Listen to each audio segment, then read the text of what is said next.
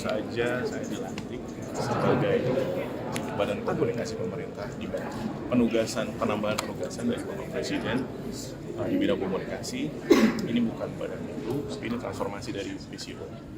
Kita diminta perkuat koordinasi, fungsi eksekusi, komunikasi di pemerintah RKL, dan ini juga inline dengan posisi saya di Wamenkom.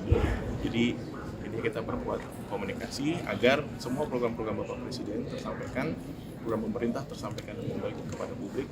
Kita juga sebagai jembatan gitu, suara-suara publik yang ada di media kita juga bisa mendengarkan, dan yang terpenting adalah bagaimana semua yang menjadi kebijakan atau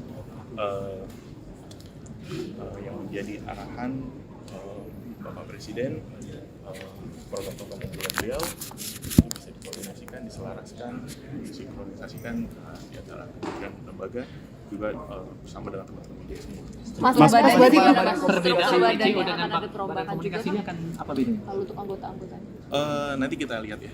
Nanti setelah ini kami berkoordinasi dengan PCO. Saya akan bertemu dengan Pak Hasan Nasbi.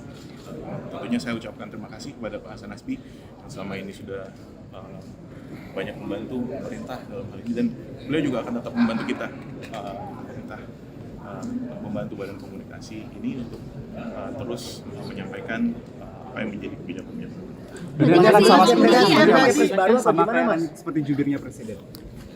Mungkin lebih fungsi ada fungsi jubir, kemudian ada fungsi juga kita mensinkronkan, mengkoordinasikan antara KL gitu tentang kebijakan-kebijakan pemerintah agar tersampaikan dengan utuh, dengan baik gitu. Jadi tidak ada tumpang tindih, tidak ada salah narasi seperti itu. Jadi intinya hanya perkuatan di bidang komunikasi. Jadi kita akan terus berhubungan nih sama teman-teman. Jadi saya juga mohon hubungan kita yang baik, kita kerjasama dengan baik.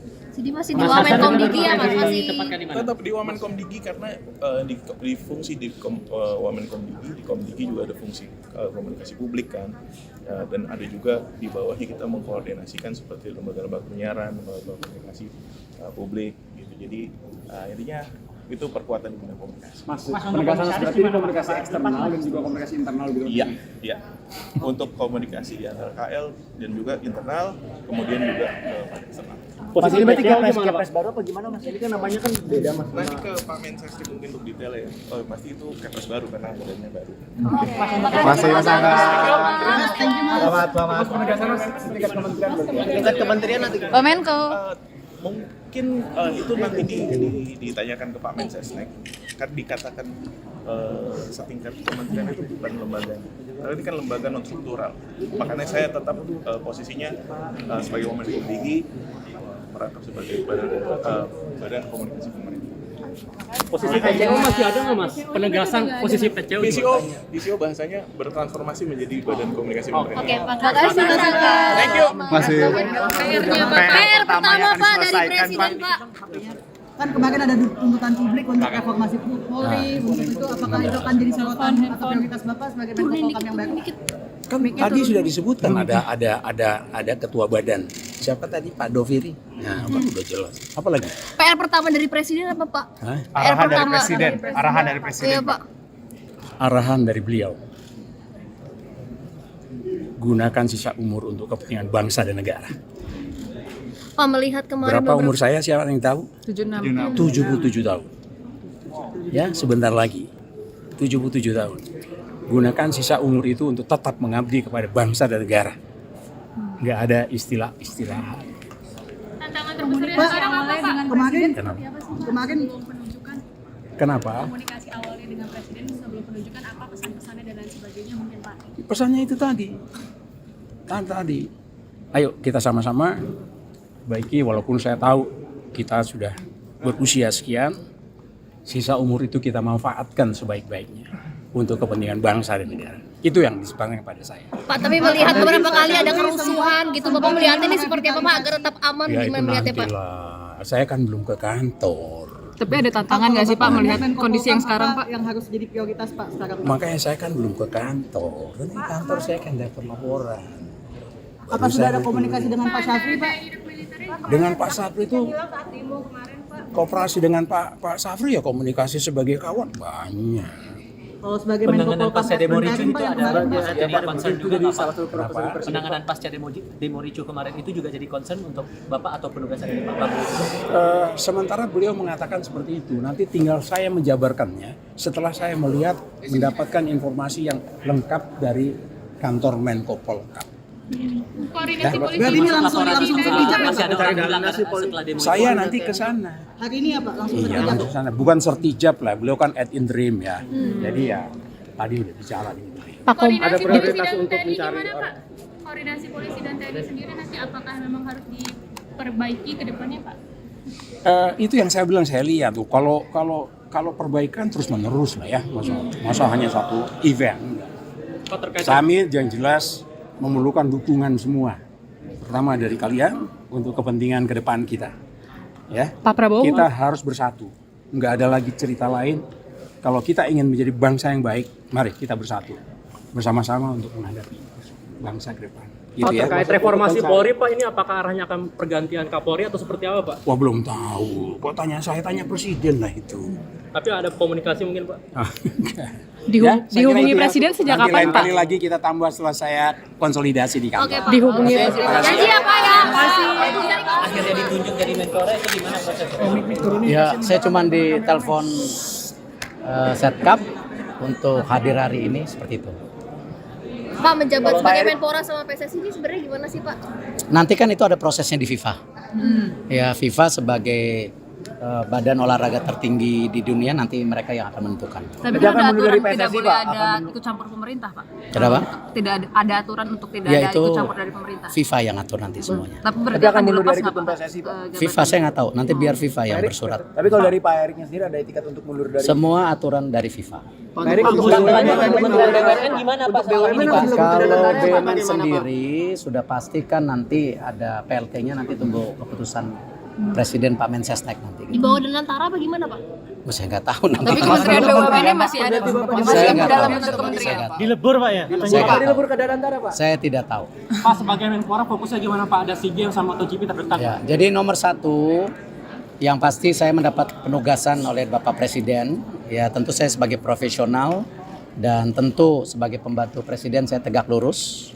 Di mana ini kadang-kadang orang lupa antara olahraga dan pemuda, padahal Menteri Pemuda dan Olahraga. Artinya kalau kita bicara pemuda itu ada 131 juta pemuda yang ke depan ini merupakan basis dari bangsa kita itu sendiri. Artinya pemuda ini ke depan harus kita bangun ya secara kapabilitas untuk bisa bersaing secara global ya, dan cinta tanah air, dan harus menjadi bagian untuk membangun bangsa kita ke depan. Itu yang pemuda.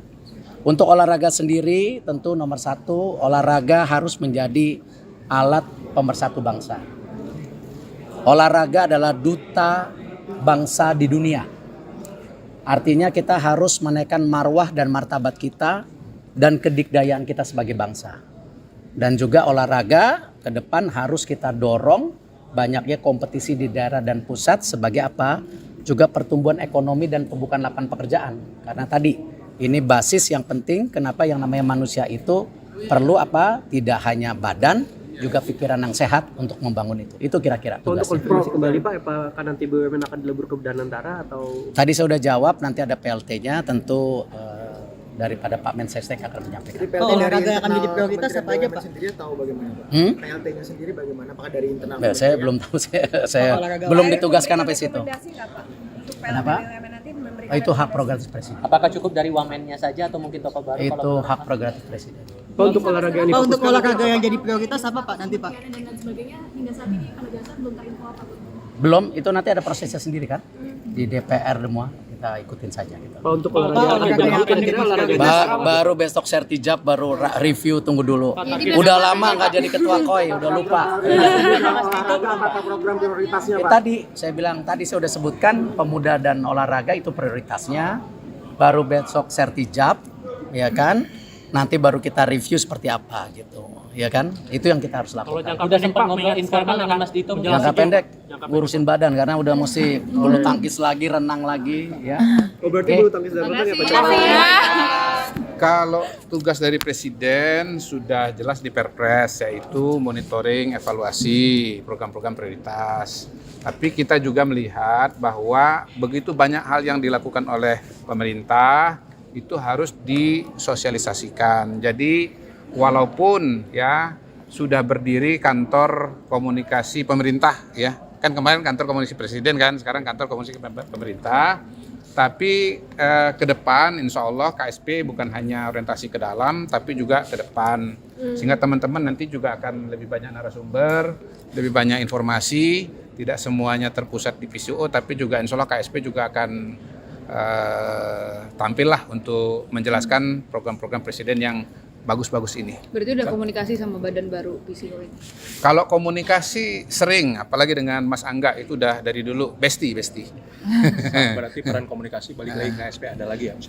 Enggak, tetap kalau perpresnya yang utama itu adalah ada PCO, kemudian ada Komdiji, kalau jubir kan ada Pak Mensesnek, Komensesnek, tetapi semua KL itu kan diharapkan untuk membantu.